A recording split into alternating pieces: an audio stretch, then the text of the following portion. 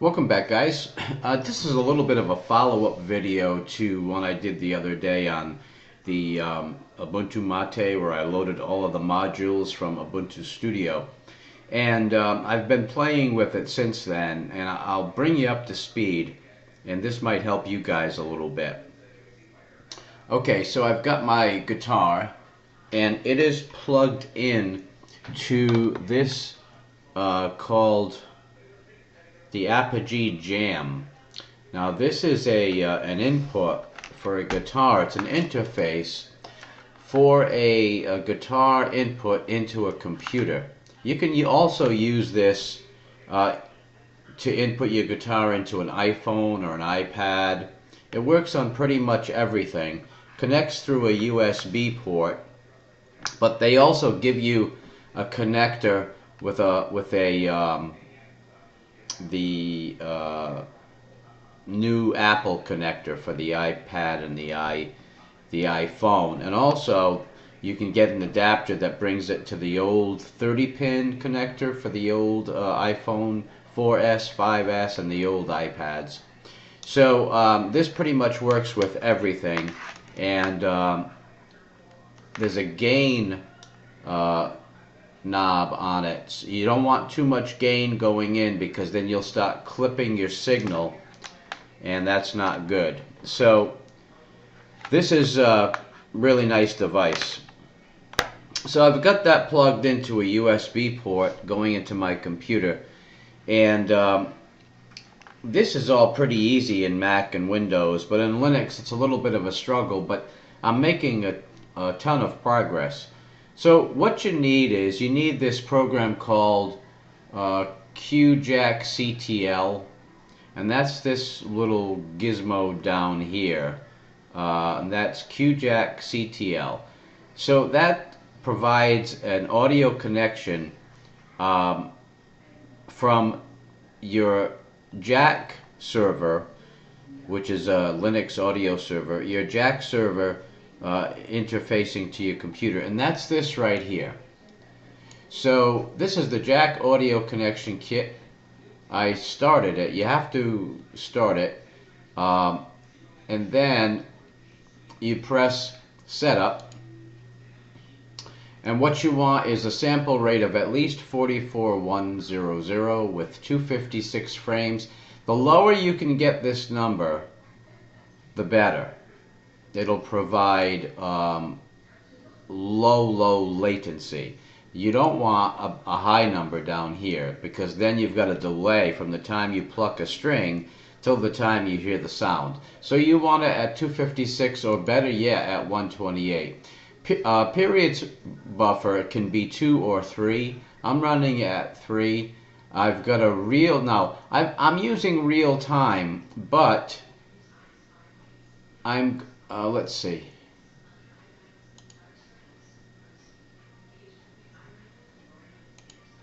Okay, I'm using real time. However, I'm using a standard kernel. If you remember the other day, I told you that I had loaded up a low latency kernel, which I did, but it's giving me a little bit of an issue in other aspects of the computer. For example, and it's the strangest thing, because when I start up all of this guitar related software, if I use the low latency kernel, as soon as the computer on boot starts to connect to my Wi-Fi dongle, my computer locks up. It's only on that driver for the Wi-Fi dongle. For my Broadcom, if I disconnect the dongle and just use Broadcom, I'm fine. But if I have the dongle plugged in when I switch over to the real-time or the low latency kernel, the computer locks up. So I ended up just booting up on a standard kernel. Now, so my recommendation, if you were going to try something like this, you need a minimum of Qjackctl, which is this program here, Qjackctl. Then you need a program called it's nice to have. You don't really need it, but Cadence, this program called Cadence, which you can only get by adding some PPAs, but Cadence helps you because it gives you a lot of information about your connection. First of all, it tells you that your Jack server is started and it's in real time. That's what you want. You can also see my current kernel is 4.8.0 generic. Again, I'm not using the low latency kernel. It tells you if your user is in the audio group, which you need to be, which I am. It tells you if Pulse Audio is started and bridged over to Jack, and that's important, you have to have that. And so this gives you a lot of information that you need in order to get your system configured. Once you've got all these issues set up and everything's running fine, then, and it's telling me I have a block latency of 5.8 milliseconds, which is pretty good. It's a very, very short period of time. Now I'm going to minimize this, and this is the Jack audio connection kit. That's Qjackctl. This is, if I click on connect, that it brings up this panel here. These are all the connections within Jack. In order to get your guitar to play through your computer and through your sound card, then you need to have all of this patch bay work done.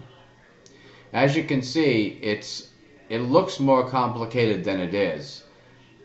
Basically, your inputs are on the right, your outputs are on the left. I would have done that differently. I think it's more intuitive if you had the inputs on the left, outputs on the right. But it is what it is. So you have to have your amplifier set up to your system capture, and you can take a look at this and see everywhere there's a line, that's where I have a connection. So now, so this is working now. This is working fine. Now, one thing you should know is, so far I have not found a way to, because I'm using the onboard sound. I also have HDMI sound from my NVIDIA card, but I'm not able to interface it for this experiment for a variety of reasons. But it doesn't have an output. It only has, obviously the sound is coming through HDMI through that one cable to the monitor, and it brings it to my HDMI speakers in the monitor, which are real crappy, not very good sound. Now I could plug another set of speakers into that to improve the sound, and at some point I might. But for now,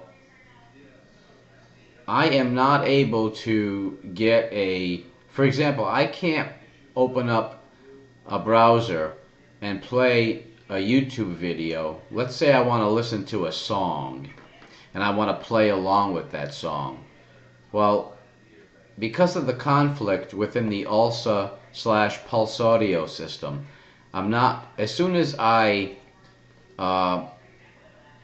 I were to bring the video up in YouTube and start playing it, as soon as I turned on Jack and routed the sound for the guitar, it basically kills the output of the sound coming from YouTube. It's just not compatible. I haven't found a way to do it. Now, I'm sure there is a way, and I'm still researching to try to find out how to get these multiple inputs coming through the computer and out the same set of speakers. So basically what I'm trying to achieve is the sound from the browser going through the sound card and out to the speakers, along with the sound from the guitar coming through the Jack audio connector to the speakers. I want everything to come through the speakers. I know there's a way to do it. I haven't found it yet.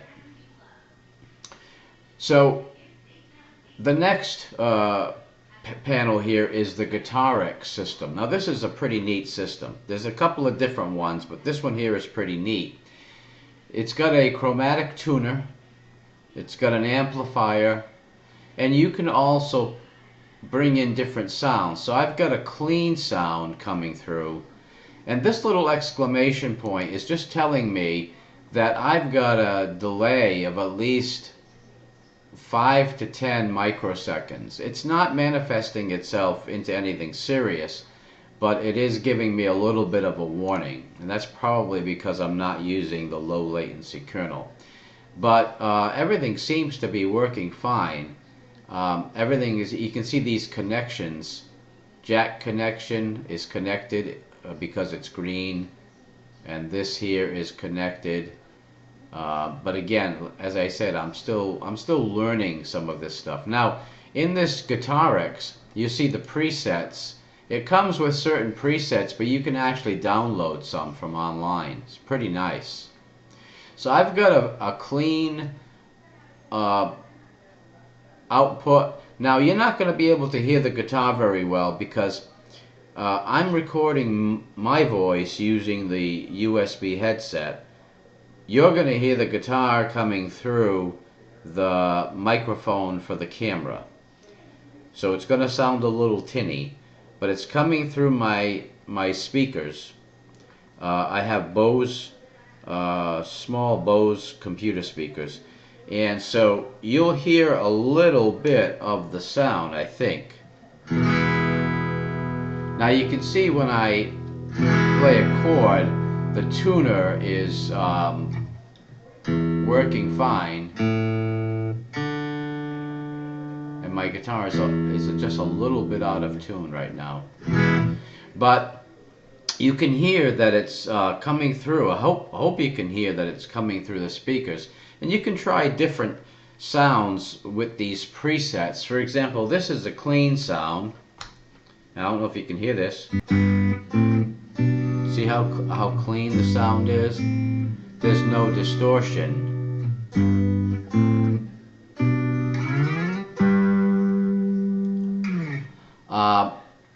And then if you want to try distortion, you can say go to something like crunch picking.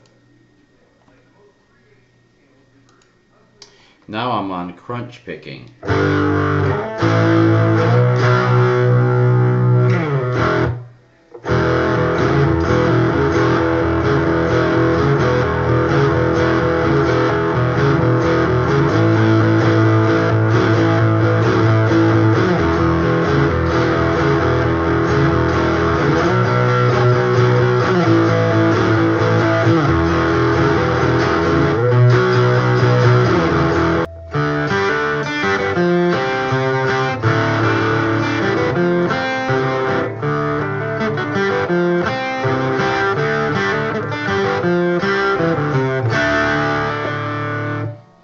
So hopefully you can hear that.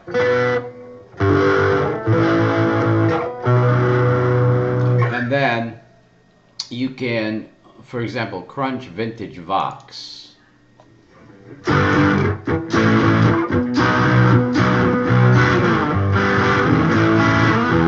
Now it doesn't sound anywhere near as good as it does through an amplifier, but it enables you, if you want to link up with your multi-track recording, you can actually record your guitar sounds and create multi-track recordings on your computer, which is what I'm intending to do.